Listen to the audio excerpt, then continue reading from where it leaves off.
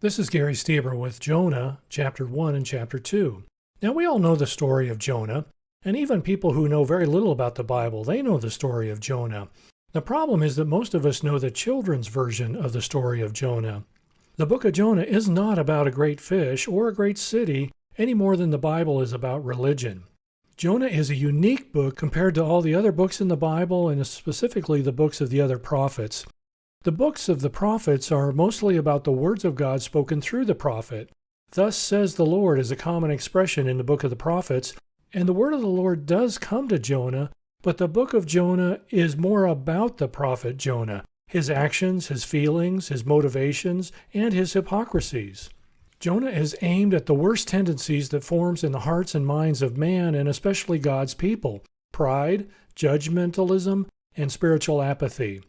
Now, we try to provide a more advanced level of Bible study here, so be prepared to leave the children's version behind and dig into a more robust understanding of the story of Jonah. And we're going to try to cover chapters 1 and 2 here. We have a lot to get into, so let's go ahead and dive on in. Let's get started with some context first. Now, we should start our study of the book of Jonah in the most obvious place. That's 2 Kings chapter 14. Jeroboam II has become king over the northern kingdom of Israel, and he's enjoyed military success. And we're told that he restored the border of Israel from Lebo Hamath as far as the Sea of the Arabah, according to the word of the Lord, the God of Israel, which he spoke by his servant Jonah, the son of Amittai, the prophet, who was from Gath-Hepher. That's all recorded in 2 Kings chapter 14, verse 25. You see, before Jonah ended up on the business end of the fish, he was a prophet to the northern kingdom. He was from the northern kingdom, and he prophesied expansion of the territory to Jeroboam II, and it happened. And the name Lebo Hamath means entrance to Hamath, and you can see it there off of the map to the north. And the Sea of the Arabah is what we call today the Dead Sea. Now, Jeroboam II was a wicked king. He served as king for 41 years, and yet his entire kingship is only given 6 verses in 2 Kings, and one of them introduces Jonah to us.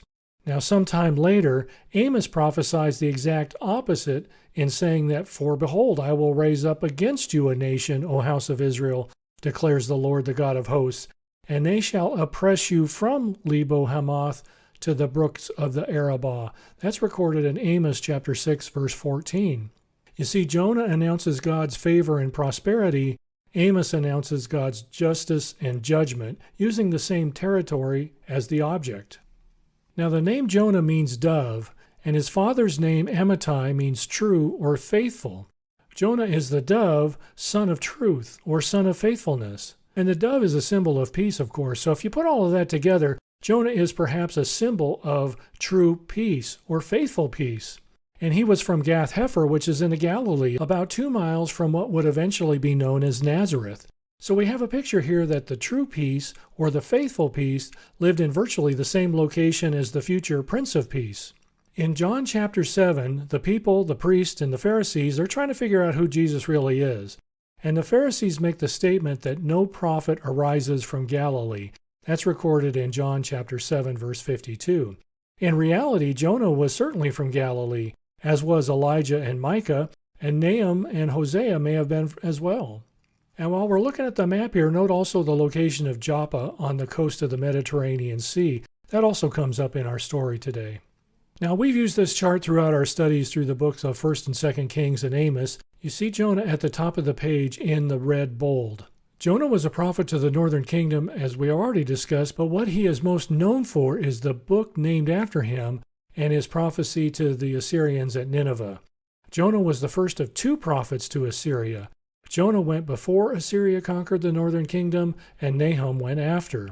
And Jonah's ministry overlaps that of Amos, which we just finished our study of the book of Amos. Now, with all of that in mind, let's go ahead and get started. Jonah chapter 1, verse 1. Now the word of the Lord came to Jonah the son of Amittai, saying, "Arise, go to Nineveh, that great city, and call out against it, for their evil has come up before me." But Jonah rose to flee to Tarshish from the presence of the Lord. He went down to Joppa and found a ship going to Tarshish. So he paid the fare and went down into it to go with them to Tarshish, away from the presence of the Lord. And we see confirmation that this is the same Jonah mentioned in 2 Kings chapter 14, verse 25, the son of Amittai. And we mentioned the picture of the names here, true peace or faithful peace, which is ironic because we'll find out that Jonah has less faith than anyone else in the story here. Now note the word now. The opening phrase could literally be translated as the word of the Lord now came to Jonah. The Hebrew verb that means now came is a sequentially imperfect verb. And this means that the verb now came is connected to an earlier verb in either sequence of time or thought. Now let me ask you a question. Since this is the opening verb of the story, there's no previous verb to which it could be connected to. What does all of that mean? Well, it means the story of Jonah isn't an isolated story. It's a unique story, as we've already outlined, but it's a continuation of a sequence of thought. Now, in my Bible, the book of Obadiah is just before Jonah, but Obadiah came along about 150 years after Jonah, and his mission was entirely different, so Jonah isn't connected to that. Well, what then is Jonah a continuation of? The story of Jonah is connected to the thoughts expressed in the books of 2 Kings, 2 Chronicles, Amos, and Hosea at a minimum. And in a larger sense, it's connected to the thought of the entire message of the Bible. You see, because it's such a different kind of story, we think of it as a book that stands alone, all by itself. And this is an illustration that God wrote all of the books of the Bible, using a bunch of different people in different places and times, but it's a continuous message.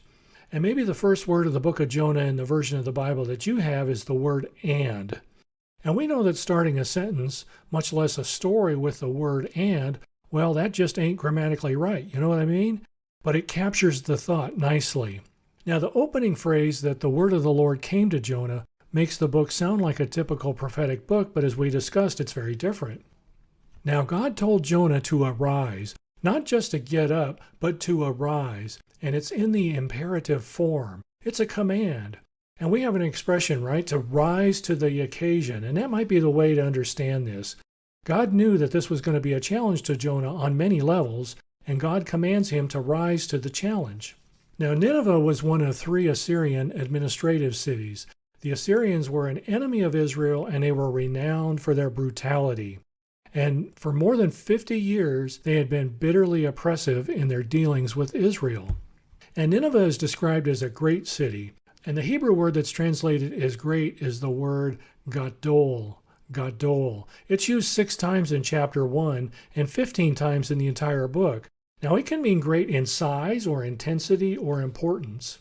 We'll find out that there's a great city, there's a great wind, the men were greatly afraid, there was a great storm, there's great fear, and of course there's a great fish.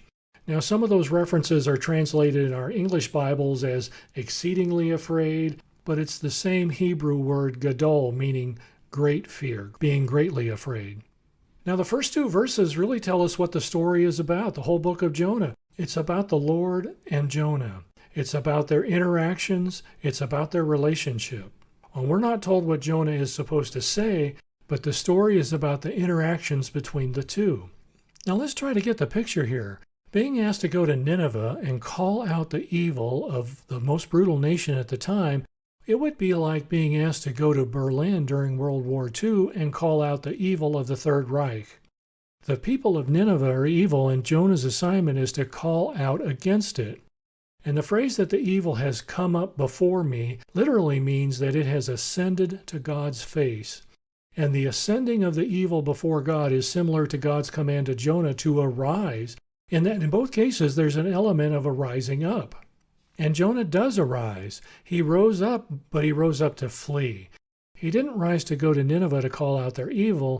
He rose up in order to flee.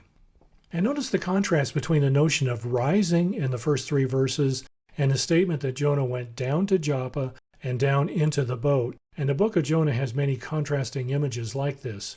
And the contrast of rising up and going down is a picture of what's happening in the life of Jonah.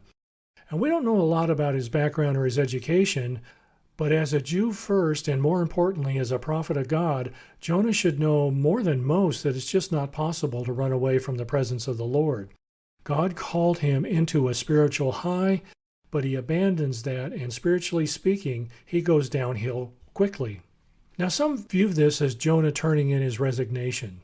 Maybe he knew that he couldn't run away from God, but he had the right to resign from the post that he had been called to. At one time or another, Moses, Elijah, Jeremiah, they all felt like giving up, and God didn't let any of them quit, and he won't let Jonah quit either. Now, the Hebrew word that's translated as found here means that he invested some time and some action, and in paying the fare, he invested some money as well.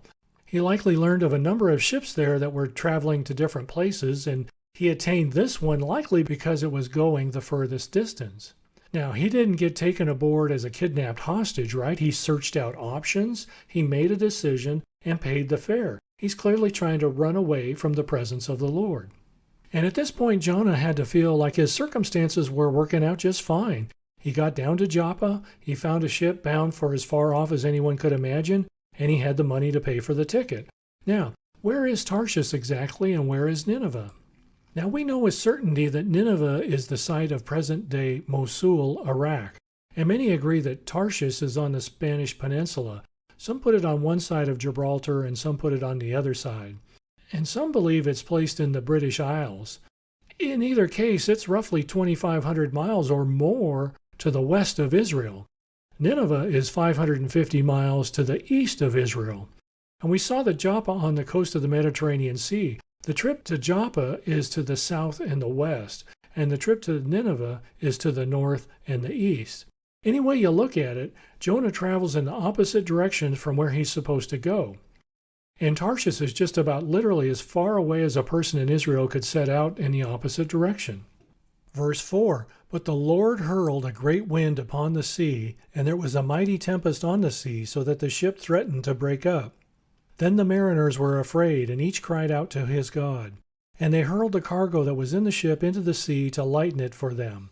But Jonah had gone down into the inner part of the ship, and had laid down and was fast asleep.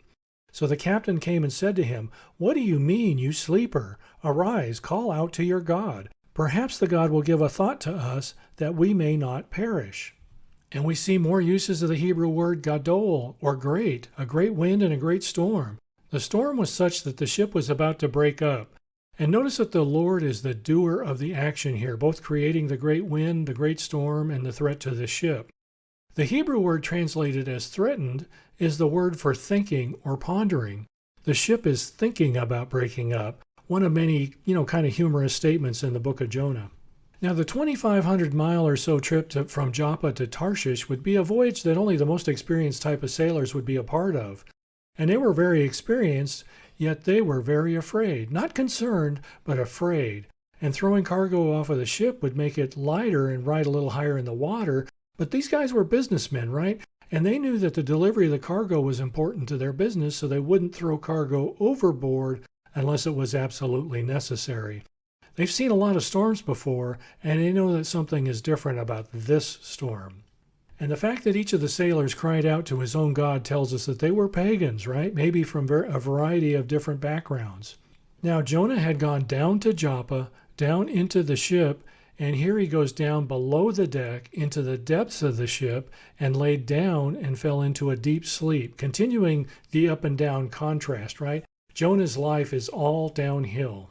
And notice the contrast here. The sailors, they're very much awake and alert, calling out to a number of different false gods, and the prophet of the living God of the universe is asleep, not paying attention. And the picture that Jonah, the prophet, the man of God, has slowly descended into a state of both physical and spiritual slumber. He's asleep at the wheel, and instead of participating in God's story, he's asleep, unaware of what's going on in his life. And the point isn't that he's asleep, it's an image of what's going on in his life spiritually. Now, let me ask you a question. What's happening to the sailors as a result of Jonah's apathy? Well, the sailors, they're suffering loss. They've had a financial loss. Their life is going to be ruined if they lose the ship, and they're in danger of losing their lives because of Jonah's neglect. Jonah is resting comfortably, but everyone around him is suffering. Let me ask you a question. Whose life is suffering while, spiritually speaking, you're resting comfortably? Whose life is being ruined because you don't want to participate in what God asks you to do? In our study of the book of Amos, we talked about how God's word never tells us to just sit back and do nothing. Everything we do or don't do has an impact on somebody else's life. What Jonah thought was a private decision has a massive impact on the lives of others. Now, I can't really read this without remembering the story of Jesus sleeping in the boat in the storm with the disciples in Matthew chapter 8, verses 23 through 27. The stories are similar in that you have experienced boatmen terrified by a great storm, and they're different in the fact that Jonah is running from God, and Jesus, of course, is God. Now, the reference to the captain is the term for the great sailor. And it's a different Hebrew word here, meaning many or great, but we see the same emphasis on great and another emphasis on rising. Note the phrase here that perhaps your God will give a thought to us. This is kind of a comical statement because the reason that they're in the circumstances that they are in is because God has given a thought to them. And the phrase give a thought is one word in Hebrew, and it means to shine. The captain is saying that perhaps your God will shine upon us, which is really a nice way of putting it, I think. When God grants us favor, he shines upon us. Now notice that we have a number of people all calling out to their own version of whatever God means to them. The idea is that maybe one of these gods will care about them enough to save us. And we don't really care which one it is. We're going to call out to every and all gods that we can and see which one of them shines. Now let me ask you a question. Isn't that a fitting picture of the world? Many people today will try all kinds of different spiritual things and see what, if any of them, works. They will try anything but turn to the God of creation. Verse 7, and they said to one another, come, let us cast lots, that we may know on whose account this evil has come upon us. So they cast lots, and the lot fell on Jonah. Then they said to him, tell us on whose account this evil has come upon us. What is your occupation, and where do you come from? What is your country? And of what people are you? You see, the sailors recognize that this is no ordinary storm, and they recognize it as a spiritual issue, not a physical issue. They just don't know who to associate it to. And in our study of Amos, you recall that we saw that the people of the northern kingdom of Israel suffered a whole string of calamities sent by God as punishment for disobedience. But nobody recognizes them as being more of a spiritual problem than a physical problem. And here we have pagan sailors recognizing that this is a storm that has a bigger purpose to it. It was felt that the casting of lots allowed God to make a certain piece of information known by controlling how the lots fell. We're given no detail on how it worked, but the lots all pointed to Jonah. And they described the storm in verse 7 and in verse 8, and the loss of the throwing cargo overboard as an evil. You see, they have enough insight to get to the heart of the matter by asking Jonah, what is your occupation? Which is a question that he doesn't fully answer. And he said to them, I am a Hebrew, and I fear the Lord, the God of heaven, who made the sea and the dry land. Then the men were exceedingly afraid, and said to him, what is this that you have done? For the men knew that he was fleeing from the presence of the Lord because he had told them. Now the Jews were to be a blessing to all of the nations. That's recorded in Genesis 12, verses 1 through 3. But here Jonah brings a curse upon the pagan people of the ship. They know that the storm, the loss of income from throwing cargo overboard, and now that their very lives are threatened, all because of the presence of Jonah. And Jonah identifies himself as a Hebrew, and God is the creator and declares his reverence for him, which is another funny and really very sad moment. You see, while he says he fears the Lord, his actions certainly don't illustrate it. And this is the height of religious hypocrisy. His confession of faith means nothing when compared against his actions. Now the word of Jesus in Luke chapter 6, verse 46 says, why do you call me Lord, Lord, and not do what I tell you? And that's certainly the picture that we see here. And it's certainly comical that he describes God as the creator of the sea, yet he's trying to run away from God by using a ship on the sea. You know, in 2 Kings chapter 6, God makes the troop movements of the Syrian army known to Elisha, who informs the king of Israel of it so that he can take the necessary precautions. And the king of Syria learns of this, and in one of the funniest decisions in the Bible, he decides to go out and capture Elisha. Now think about that for a minute. If Elisha knows about your troop movements by the hand of God in advance, how are you going to sneak up on him and capture him? And we see the same kind of a thing here. God made the sea, he controls the sea, and he manages everything about the sea. Where's the logic in trying to use the sea as a means of escape from God? And the moment that we start to see all of Jonah's imperfections, we may naturally start to think what a knucklehead he is. And we wouldn't do any of these kinds of things. And in that, we start to see the purpose of the story. Let me ask you a question. Have you ever had a moment when how you live or how you act is in contrast to what you say you believe? In addition to telling them that he's fleeing from the God of creation, he may have also told them that he is a prophet of the same God. If the men were afraid of the storm before, they're terrified about it now, and we see another use of the word gadol, meaning great. There is a threefold emphasis on the fear here. The Hebrew reads something like, the men were fearfully in great fear. And the phrase, what have you done, is an exclamation. It's not a question. It's a demonstrative with strong emotion on the word you. They're saying, what have you done? Now remember that Jonah picked up this ship back in Joppa in Israel. And their presence in Israel no doubt means that they would be at least a little familiar probably with the history and the story of the God of the Israelites. And it may have been at the port when he was selecting a ship to take him someplace, there may have been some conversation that gave all of this away. And it's not hard to imagine a conversation about, hey, where's the ship going? And the captain may have naturally asked, well, what kind of cargo he has? And having none, there may have been some innocent conversation about, why are you going on such a long voyage, etc. Let me ask you a question. How would you feel as the captain of the ship? Jonah has made them an accomplice in a failed venture, using his boat to try to escape God. And one of those main complaints of people against the people of faith is that their actions don't match their talk. I'm guilty of it. We're all guilty of it. And God uses the story of Jonah to illustrate that. Verse 11, Then they said to him, What shall we do to you, that the sea may quiet down for us? For the sea grew more and more tempestuous. He said to them, Pick me up and hurl me into the sea. Then the sea will quiet down for you. For I know it is because of me that this great tempest has come upon you. The implication of the question, what should we do to you or with you, is that there really aren't a lot of options here. The sailors understand that it's Jonah's presence that's the problem, and they're stuck with that. Notice the question is to produce a calm sea for us, for the sailors. They understand that Jonah isn't going to get a calm sea out of this, and there's really very little hope for him. And the sea that was already frighteningly bad, described as an evil sea back in verse 7 and 8, continues to grow worse.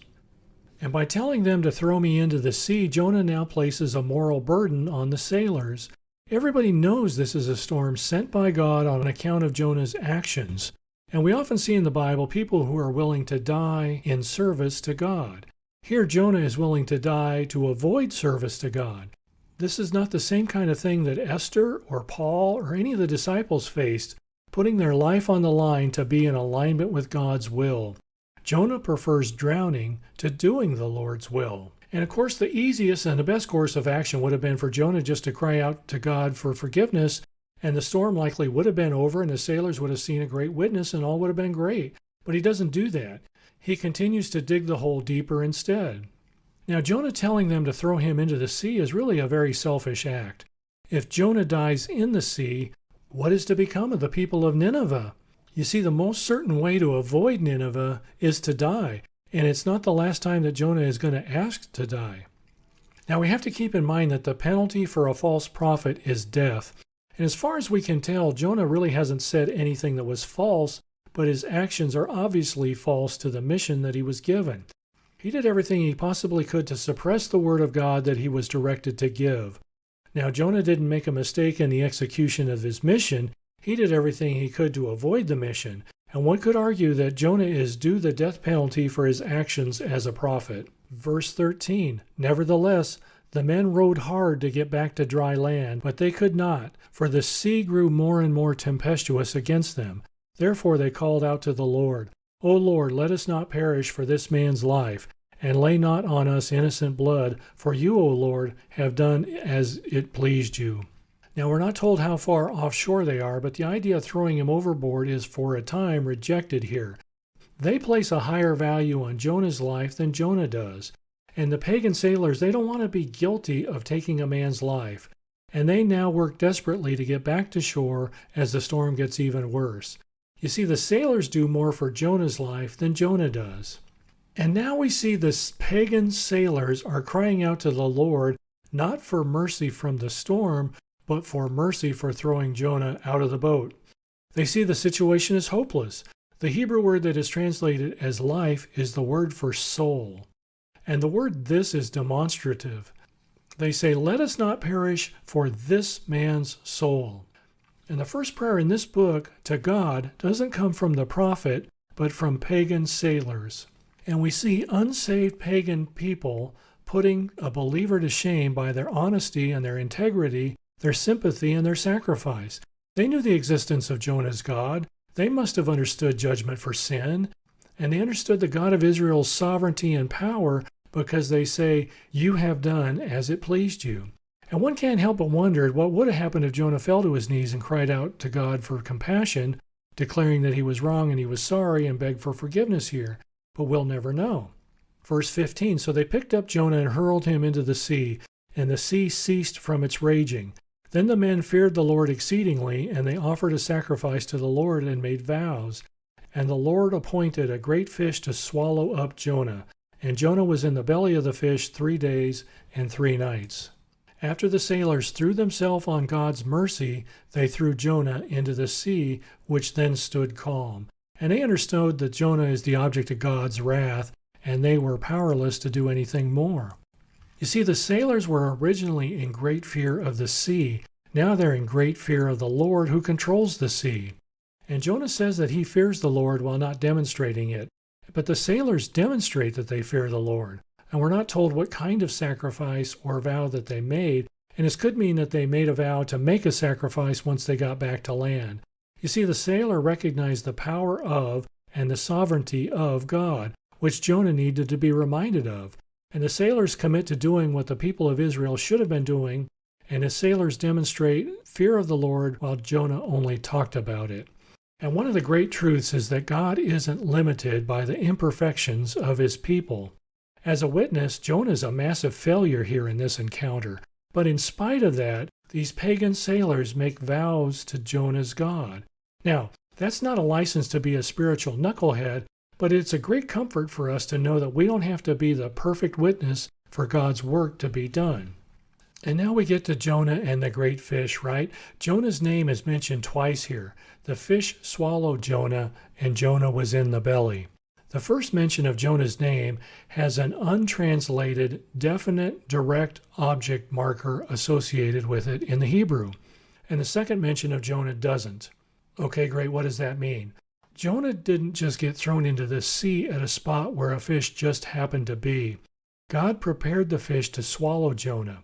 Jonah was a marked man for this particular fish at this particular location at this particular time. Now the Hebrew here is pretty clear. There's a great fish, it swallowed this specific Jonah, and Jonah was in the inward parts of the fish for 3 days and 3 nights. And in verse 3 we said Jonah must have thought that his circumstances were working out quite nicely. He made it to Joppa, he found a boat going as far away as he could imagine, and he had the money for the fare. Jonah had worked hard to get to that point of the journey, but it's been all downhill since that point, and all of his circumstances have worked against him. Now let me ask you a question. Was the great fish an instrument of punishment or an instrument of grace? Hang on to that thought as we move ahead. Okay, chapter 2, verse 1. Then Jonah prayed to the Lord his God from the belly of the fish, saying, I called out to the Lord out of my distress, and he answered me. Out of the belly of Sheol I cried, and you heard my voice. Now many people assume that the text indicates here that Jonah didn't pray until after being in the belly of the fish for 3 days and 3 nights. And Warren Wiersbe tells us that that might be a stretch. The verb pray used here is like the verb now came that started the book. It's connected to a previous thought. And the thought here is that Jonah was in the belly of the fish for 3 days and nights and prayed. In any event, Jonah's selfishness and his rebellion catch up to him. He's trapped in a way that nobody could imagine by the sin of his own doing. Let me ask you a question. Can you relate to that? Jonah is praying out of distress. He's praying out of affliction, not out of affection for the Lord. And Jonah uses poetic language here, saying that he called from Sheol, which is the place of the dead. And in chapter 1, verse 17, and in chapter 2, verse 1, Jonah references the belly of the fish, and the word means the inward parts. The Hebrew word that's translated as belly here in chapter 2, verse 2, is a different word for the belly, and it's related to the womb. Now, we have an expression that a pregnant woman has a big belly, right? But we, of course, know that the baby isn't in her belly, but you understand the meaning, right? You see, the writer here uses a life and death imagery, and perhaps Jonah can now see all of this as the movement of God that doesn't end in death, though he asked for death before, and he will ask for death again later. God heard and answered Jonah in his distress. Now, when we're in the lowest of places, our natural reaction may be to think that God isn't paying attention. Jonah says here quite the opposite. In his lowest place, God heard him. And Chuck Missler says that some view in this that Jonah actually died and was resurrected. And a good case can be made for that from the text. And more importantly, Jonah is clearly a model of Jesus, and it fits the model perfectly. At the lowest moment of the story, God provides what looks like a certain instrument of death, which becomes the instrument of his rebirth and new life spiritually, and maybe physically as well. The fish is an instrument of grace. Jesus uses this moment of the story as an illustration of the gospel and to describe himself and his greatest act. The Pharisees asked Jesus for a sign to prove he is who he says he is, and Jesus replies, "An evil and adulterous generation seeks for a sign, but no sign will be given it except the sign of the prophet Jonah. For just as Jonah was 3 days and 3 nights in the belly of the great fish, so will the Son of Man be 3 days and 3 nights in the heart of the earth." That's recorded in Matthew chapter 12, verses 39 and 40. Verse 3, "For you cast me into the deep, into the heart of the seas, and the flood surrounded me. All your waves and all your billows passed over me. Then I said, I am driven away from your sight, yet I shall again look upon your holy temple." Now Jonah realizes here that God threw him into the sea. It wasn't the sailors, and they're God's waves, and God's billows are churning about him. God's hand has given Jonah a radical discipline and an equal radical mercy. And Jonah now sees that his running away from God is like being driven away from the sight of God, and that's an awful place to be. This is a realization similar to the prodigal son. Let me ask you a question. What does Jonah do here to wake up spiritually? Well, like the prodigal son, Jonah doesn't do anything. He's at the bottom, and he's now incapable of doing anything. God's grace happens to him. Jonah gets to the point where he realizes what a mess he's made.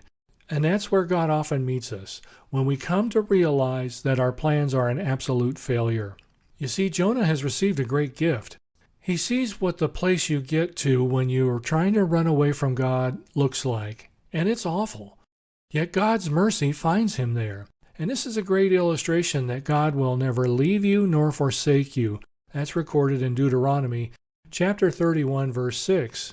And it's been said that to the people who refuse to say to God, "Your will be done," God will say, "Okay, your will be done." Jonah is a recipient of that and finds himself at the furthest bottom point imaginable. Verse 5, "The waters closed in over me to take my life. The deep surrounded me. Weeds were wrapped around my head at the roots of the mountains. I went down to the land whose bars closed upon me forever. Yet you brought up my life from the pit, O Lord my God." Jonah thought that his life would soon be over here, and we see more reference to the up and down contrast in these verses.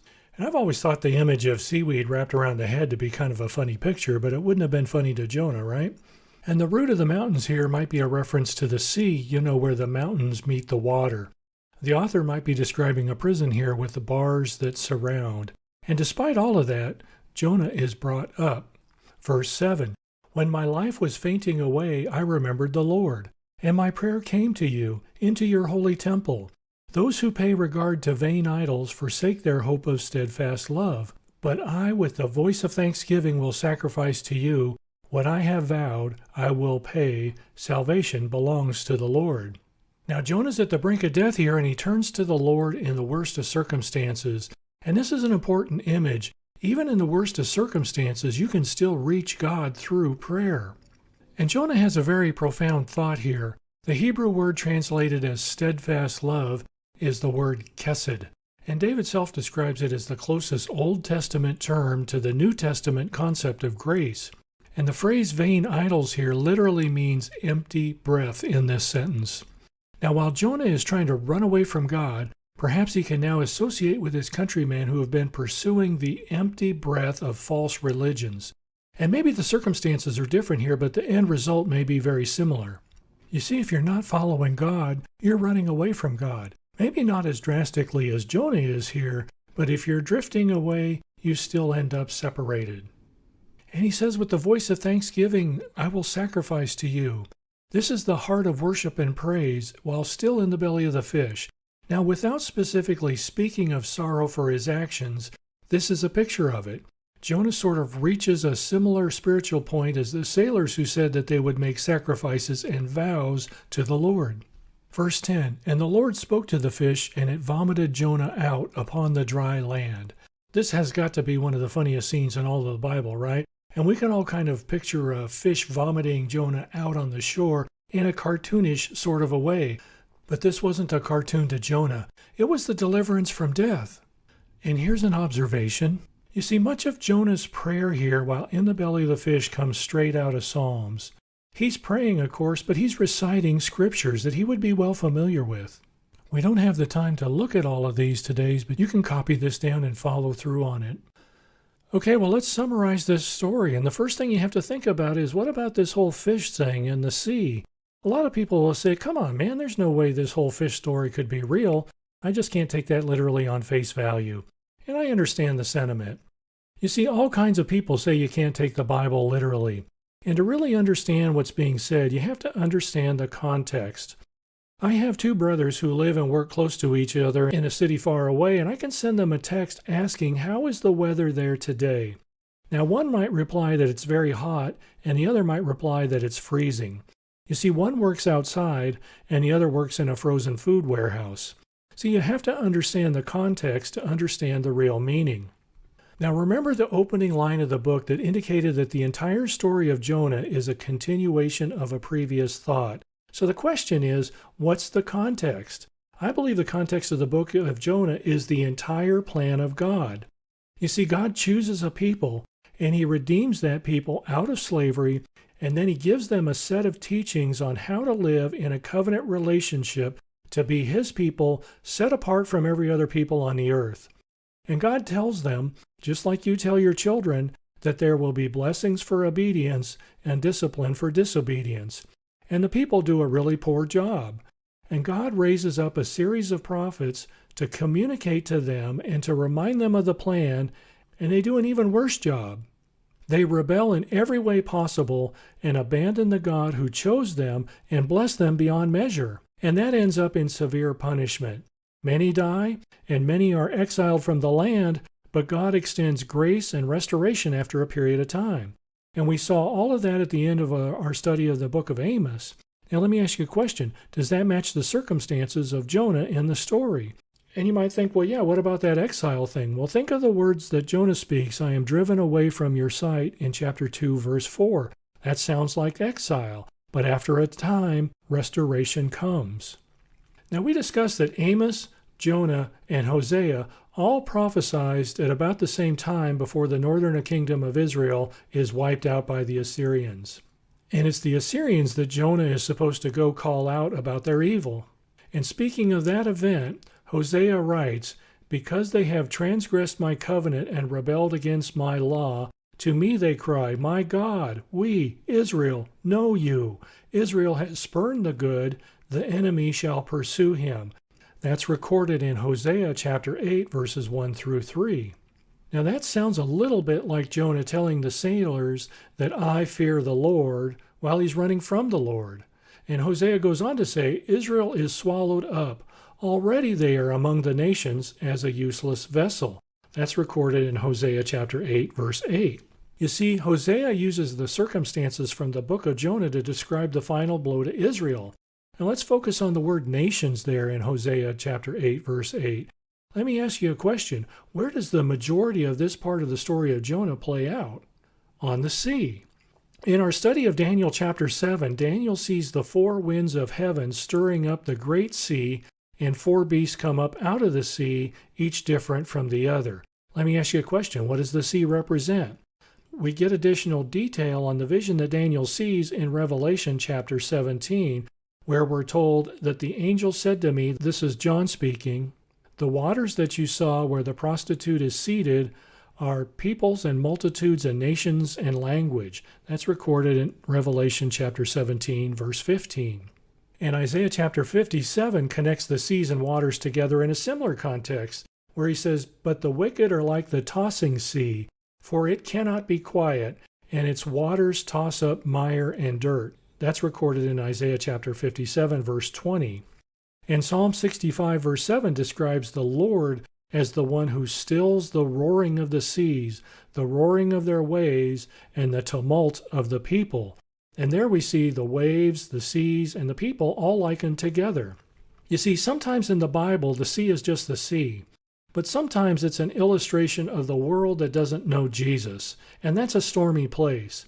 Setting aside the great fish of Jonah for a moment, think about the words of Jesus where he says, "I will make you fishers of men." That's recorded in Matthew chapter 4, verse 19. Where do the fish come out of? Well, they come out of the sea. And the sea is the world that is full of people who don't know Jesus. The fish coming out of the sea is the picture of God pulling people out of the world and into his kingdom.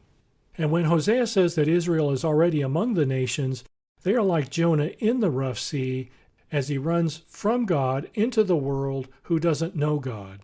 Now, roughly 125 years later, the prophet Jeremiah would say of the southern kingdom of Judah that Nebuchadnezzar, the king of Babylon, has devoured me. He has crushed me. He has made me an empty vessel.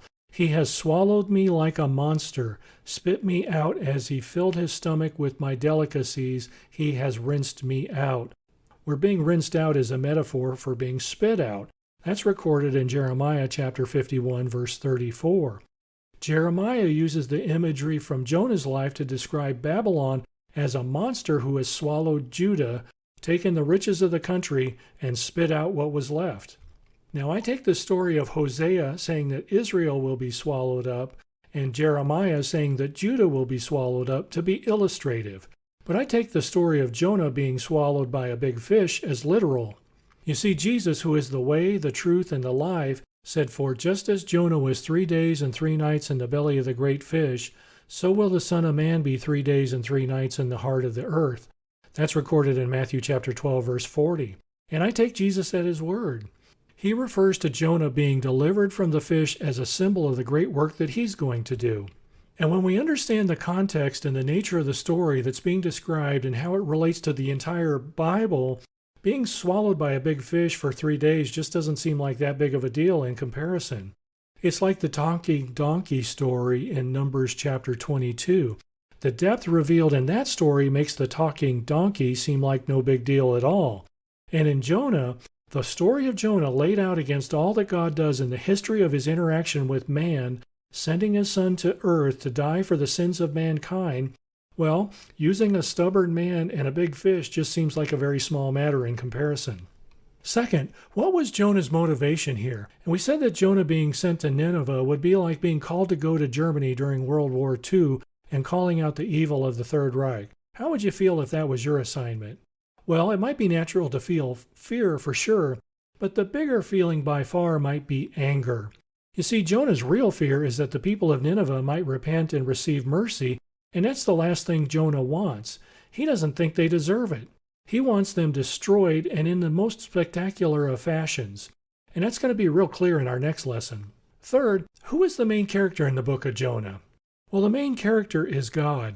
We describe the book as a story between Jonah and God, and the main character can only be God.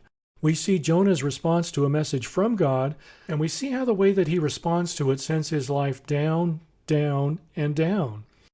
And the book of Jonah is a mirror that we should evaluate our own actions in relation to God. We have a wonderful model of the most extreme wrong response here. And before we get too hard on Jonah, we should look at our own response to God.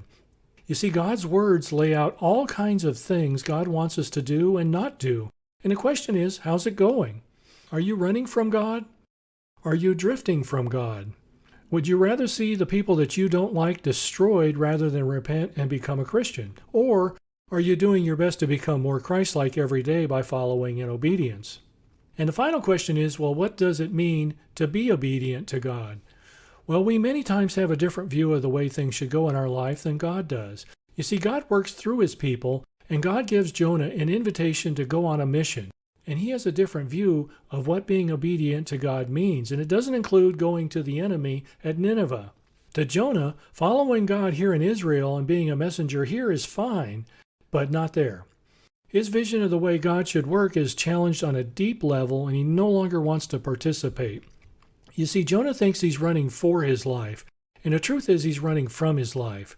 He's robbing himself of the opportunity to be used by God. Think about Gideon and his army, which started at 32,000 people in the book of Judges. Anyone who is afraid was told that they could leave, and 22,000 people left because of fear. Now, part of getting prepared was getting a drink from a stream, and the way that you took a drink from the stream indicated whether you were ready or not. And by that measure, only 300 people were truly ready, and everyone else was dismissed. You see, 99% of the people missed out on being part of one of the greatest events of the hand of God moving in the history of the nation because they robbed themselves of being part of the opportunity. And Jonah has the opportunity to participate in a movement of God's grace to the most unlikely of people on a scale greater than any since the nation of Israel itself. And he says, you know what, I'm sorry, that doesn't fit my plan. Jesus said in John 10:10 that I came that they may have life and have it abundantly. And how many of us rob ourselves of abundant life because we won't follow Jesus or go where he directs us? You see, being a Christian means letting go of my view of the world. Is it possible that your vision of what your life is about is just too small? Is it possible that God wants you to do something that strikes you as too big or frankly just impossible to do? Is it possible that God wants you to do some very small thing that you just don't want to do because it doesn't fit your view of how the blessings of God should be distributed? Now, that's just 4 things that we could take away from the first 2 chapters of the book of Jonah, and I'm sure you can come up with a dozen more. And if you would like to know more about putting your faith in Jesus for the forgiveness of sin, you can reach out to us at the link below. We'd be happy to talk with you about it. And that's the lesson that I have from the first 2 chapters of the book of Jonah, and I look forward to our next time together.